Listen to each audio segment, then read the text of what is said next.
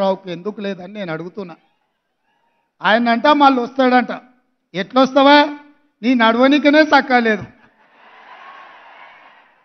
నీకు నడవనికనే వస్తలేదంటివి, వీల్ చైర్లో తిరుగుతున్నాంటివి, ఎట్లకెళ్ళి వస్తావు అని నేను అడుగుతున్నా. ఒకవేళ నువ్వు రావాలనుకుంటే గిన్ని వేల మందికి వాళ్ళ ఉద్యోగాలు వచ్చిన వాళ్ళు ఊకుంటారా? వాళ్ళకు వచ్చిన నౌకరేంది? పోలీసు నౌకరే కదా, వాళ్ళు ఊకుంటారా? నువ్వు యాడికన్నా పోతే ఇవాళ ట్రైనింగ్ అయినాక రాష్ట్రం నలుమూలల ఈ యువకులే కదా ఉండేది.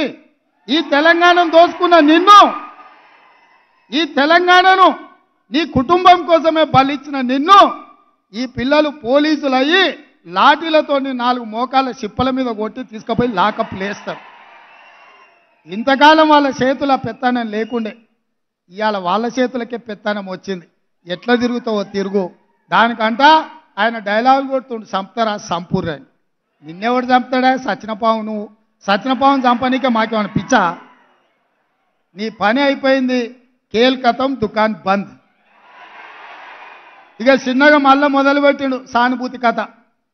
ఆయన మంచంలో వండుకున్నా, సావు నోట్ల తలకాయ పెట్టినా తెలంగాణ సాధించిన అని చెప్తే పిల్లలు చూడలేదు కాబట్టి నిజమేనేమో సారు ఏమైనా సావుకు దగ్గర పోయొచ్చిండేమో అనుకున్నారు. ఇవాళ నువ్వు ఆడే డ్రామాలు అన్నీ చూసిరు. ఉత్తప్పుడేమో బాగానే నడుస్తుండు, మీటింగ్కి రాగానే వీల్ చైర్లో కూర్చున్నాడు. మీరే చూసిరు కదా ఆయన నడిచేదిగిన. ఆడ వీల్ చైర్ ఏమో అవసరం ఉన్నదే? ఇక గిట్లున్నది ఆయన కథ. కాబట్టి మిత్రులారా, ఈరోజు ఒక్కొక్క సమస్యను పరిష్కరించుకుంటూ మీ ఉద్యోగ నియామకాలలో ఒక్కొక్క అడుగు ముందుకేస్తూ మీ జీవితాలలో వెలుగులు తీసుకురావాలని, ఈ ప్రభుత్వం మీద మీరు ఉంచిన నమ్మకాన్ని, విశ్వాసాన్ని నిలబెట్టుకోవాలని అహర్నిశలు మా ప్రభుత్వం పనిచే